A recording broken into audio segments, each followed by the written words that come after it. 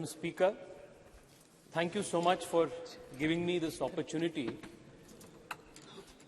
to speak in the very first special session of this Parliament in this new Parliament building. We have assembled here today to discuss and pass a resolution congratulating our scientists, the scientific community of the country, for their glorious achievement in successfully completing the Chandrayaan Mission 3. On behalf of 1 billion Indians, and most importantly on behalf of young Indians who look up to climbing new frontiers in science and technology, I thank all the scientists of ISRO for inspiring a generation of Indians by achieving something that was considered impossible. It's only rare that in the history of a nation, moments like this come, which inspires and unites a nation, and the landing of the Chandrayaan mission on the moon was one such rare moment where the whole nation stood in unison, saluting the scientific prowess and achievement of this great country. While I am indeed proud that our country became the very first nation in the world to land successfully on the south side of the moon, I am even more proud that I represent a city which is the science capital of India, and even this mission Chandrayaan 3, while it is made in India, it was also made in Bengaluru, the city that I represent. Most speakers who have spoken earlier than me have highlighted the achievements of ISRO in the last few decades and how the scientists of ISRO have not only shown the world how to make efficient space missions, but also do it in a cost-effective manner. I wouldn't want to repeat most of the points that have been already covered. I would only want to say that the last 9 years have truly been historic for the country, even in the space and technology realm. Under the leadership of the Honorable Prime Minister, not only have we increased the budget for ISRO, budget for space exploration by a whopping 142%, we have also strengthened scientific institutions, whether it is CSIR, whether it is funding for IISc, or leveraging technology to benefit the last mile delivery of services to the people. UPI की बात हो या ई-नैम की बात हो, startup से लेकर sericulture engineering तक, स्पोर्ट्स इंजीनियरिंग से लेकर क्वांटम कंप्यूटिंग तक, अटल इनोवेशन मिशन से लेकर नेशनल रिसर्च फाउंडेशन तक कई सारे चीज पिछले 9 साल में मोदी सरकार ने किए हैं, जो अपने देश के साइंटिफिक इंस्टीट्यूशंस के फाउंडेशन है, इसको बलवर्धन करने के लिए हिस्टोरिक एंड रेवोल्यूशनरी चीज पिछले 9 साल में हुए. Madam, I wanted to keep my speech as apolitical as possible. I wanted to keep my speech as academic as possible. But the speakers from the opposition benches have indulged in a continuous Nehru bhajan from morning, instead of doing a bhajan of ISRO and ISRO scientists. And that is leaving me with no option but to correct and place before this honorable house, this august house, some very important facts about what was the contribution of certain figures whose hagiography is trying to be written today by members of the opposition. An impression is made to be given that everything scientific in India, all scientific achievements in India, whether it is ISRO, whether it is DRDO, whether it is CISR, whether it is IISc, every scientific achievement in India is credited to Nehru. But the reality is far from that. Madam Speaker, I want to highlight to you the fact that most of the scientific institutions that are a nation's pride today were all started by people in pre-independence India when Nehru had no role to play. And all those pioneers who had the grand vision to establish these institutions, even at the time of the British India, are not even mentioned, even cursorily, when the nation is celebrating its scientific prowess. I only want to take the example of one or two people. Kanimoyiji, I am quoting the example of Arcot Mudaliar, coming from Tamil Nadu. Please hear it out. In 1942, when India was not independent, Arcot Ramaswamy Mudaliar, he envisioned an institution by the name Council of Scientific and Industrial Research in India and established it from 1942 to 1942 with the help of Shanti Swarup Bhatnagar. Nehru had nothing to do with it. Today, most number of patents in the country are filed because of CSIR, and it is one of the most important scientific research organizations in the country, and Nehru had nothing to do with it.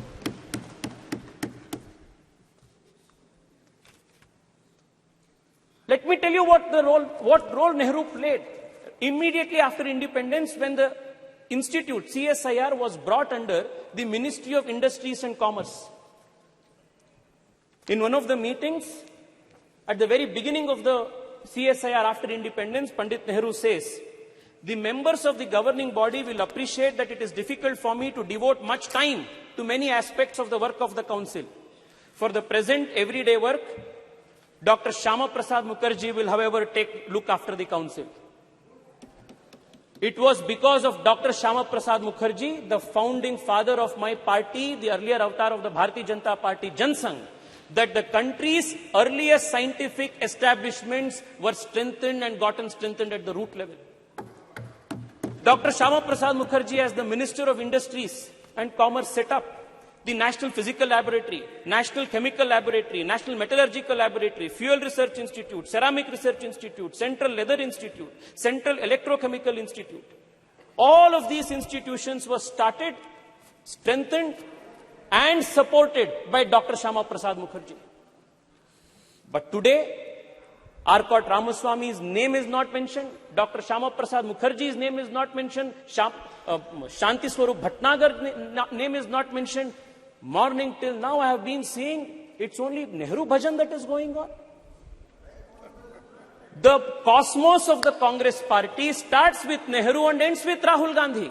It is unfortunate, but it is necessary for us to inform the nation through this August House what Nehru truly did, even when it came to atomic research. I want to draw the attention of the members from the opposition when acquisition of missiles and research in atomic bombs, nuclear bombs, for protecting the country's national security, energy security was made to Nehru. This is what Pandit Nehru says, and I quote, the distribution of this toy, the toy that he is mentioning is the atom bomb, a nuclear bomb. The distribution of this toy, the atom bomb, ballistic missiles and the like to countries will not only be dangerous, very dangerous, but it will completely poison the already disturbed atmosphere of the world today. He then goes on to say, the making of the atom bomb is dangerous and dreadful, and he was the first person to advocate the resistance policy of excluding India and other Asian nations from the nuclear club, a policy that would later be written into the non-proliferation treaty that India would spend decades fighting, when he claimed that the going of this atomic weapon into an Asian country's hands would be a dreadful thing, a very dangerous thing.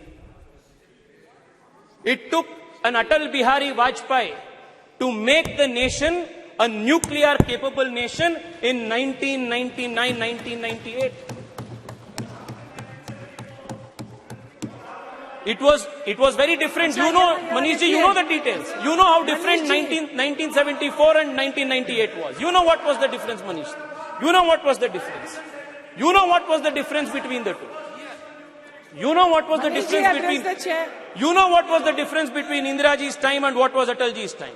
We never did it in an apologetic matter. We did it as a matter of conviction. Okay. Madam Speaker, if you look at the history, there is one thing that will be clear. काम हमेशा दूसरों का होता है, credit तो नेहरू का होता है. Even in the case of Chandrayaan, it has been the same case. Chandrayaan first, it was our Prime Minister Atal Bihari Vajpayee who approved Chandrayaan first in 2003. What happened? It was in 2008 that the impact mission reached the moon. And then the Congress government, UPA government, what did they do? The point on which the impact rover met, they named it as Jawahar Point.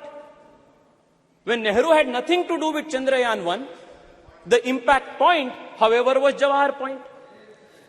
Former ISRO chief, let us talk about Chandrayaan 2. Former ISRO chief, Madhavan Nair, has gone on record to say that for political reasons, UPA2 delayed political clearances, denied approvals for Chandrayaan 2. It was Chandrayaan 3 again, our government, Modi government, that approved Chandrayaan 3, and despite the loss, despite the challenges that we faced during Chandrayaan 2, the Prime Minister was there in Bengaluru, patting the back of our scientists, strengthened them, motivated them, and prepped them to make sure that Chandrayaan 3 was a success. The difference, Madam Speaker, is when Chandrayaan 3 met with success, the Honorable Prime Minister of the country named the point as Tiranga Point and Shiv Shakti Point and not did bhajan of any particular individual. Please conclude. Madam, allow me 2-3 minutes more, please. Please. There are 2-3 important issues that needs to be brought to the notice of this August House. Madam Speaker, the difference between naming Tiranga Point, Shiv Shakti Point and the naming of Jawahar Point, the worldview, the difference in the worldview is what differentiates the Congress, the India Alliance and the Bharatiya Janata Party and the NDA Alliance. This is the difference. Madam, I want to take another example. Madam, I was listening to one of the speakers from the opposition credit Rajiv Gandhi for telecommunication and computer revolution in India. With all humility, I want to submit that the doyen of the country's computer industry and BPO industry and IT industry, N.R. Narayan Murthy, a few years ago, went on record and said that when they started Infosys, he had to travel 50 times to Delhi and it took 3 years for him to purchase one particular computer, import one computer. This was the state of affairs of this country for entrepreneurs, for scientists who wanted to start something new. And again, the credit काम किसी ने दूसरे ने किया, credit तो राजीव गांधी को जा रहा है.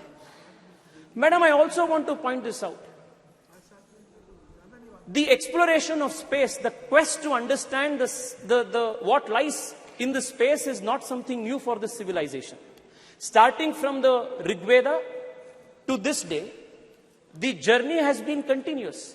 Aryabhata, Varahamihira, Bhaskara, all of them postulated theories on units of time, of understanding how the heliocentrism of the solar system works. All of these indicate the natural quest of the Indian mind to understand the secrets that lie beyond the space.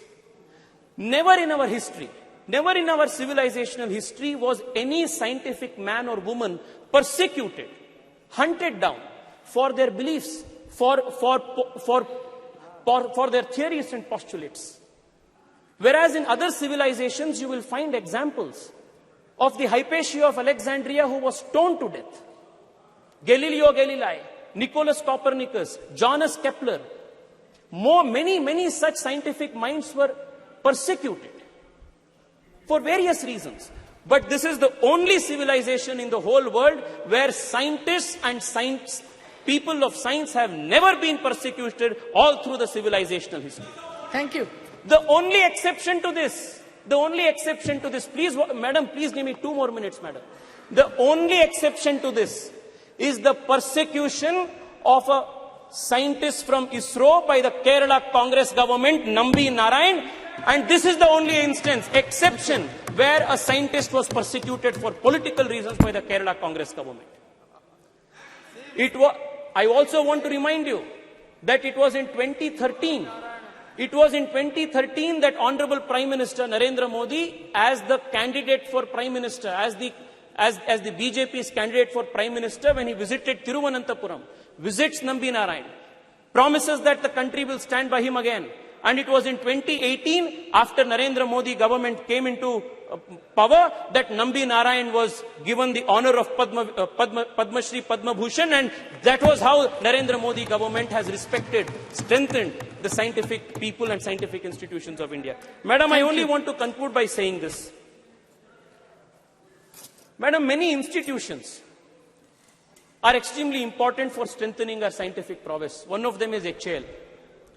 I come from Bengaluru, and I want to tell you that just 7-8 years ago, the state of HAL was in dire distress. Today, not only is the company, the organization manufacturing LCA Tejas, but in recent meeting of the Honorable Prime Minister in Delhi, in US, along with GE, they have gotten into a memorandum of understanding to manufacture GE 414, F1414 engines with 80% technology transfer that is going to make India a superpower in this. Madam, Madam Speaker, I will conclude with just this. I will conclude in 1 minute, madam. In 1 minute. Madam,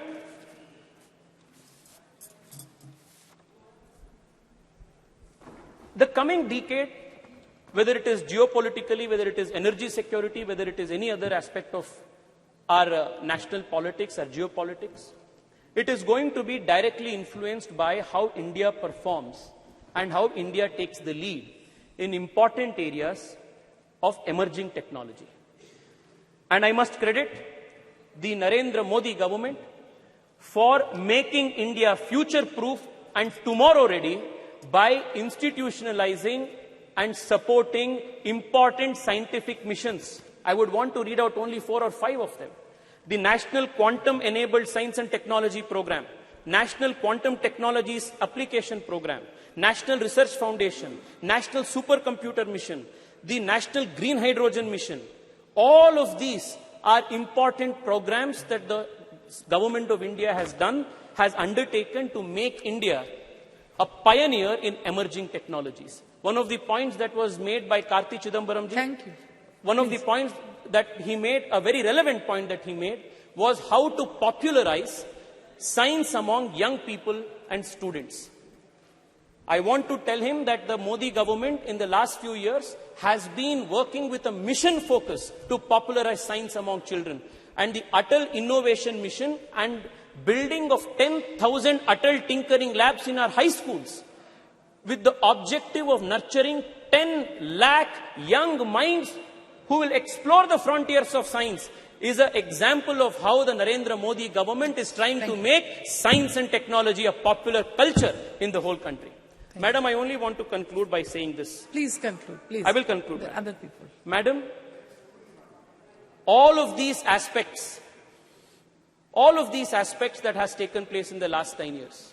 I mentioned UPI, Digital India, Startup India, to the startups that are now emerging in space technology. One of the most promising startups in space, called Pixel Space, is run by an Indian engineer who comes from a small town called Chikmagalur, has raised a few $1 million from Google. The boy Awais Ahmed is a CEO of this and hails from Chikmagalur. It is possible only because the Modi government opened the space technology space for private players. Madam, the next few decades is going to be extremely important for the country in strengthening our industrial, our scientific institutions and making India future ready, India tomorrow ready. And we are extremely fortunate that at such an important point in history, we have the leadership of Narendra Modi, who has been leading this country with such foresight and vision. I want to once again congratulate the Prime Minister for his deftful leading of this country, deftful leadership for this country at such an important time. Thank you so much, ma'am. Thank you.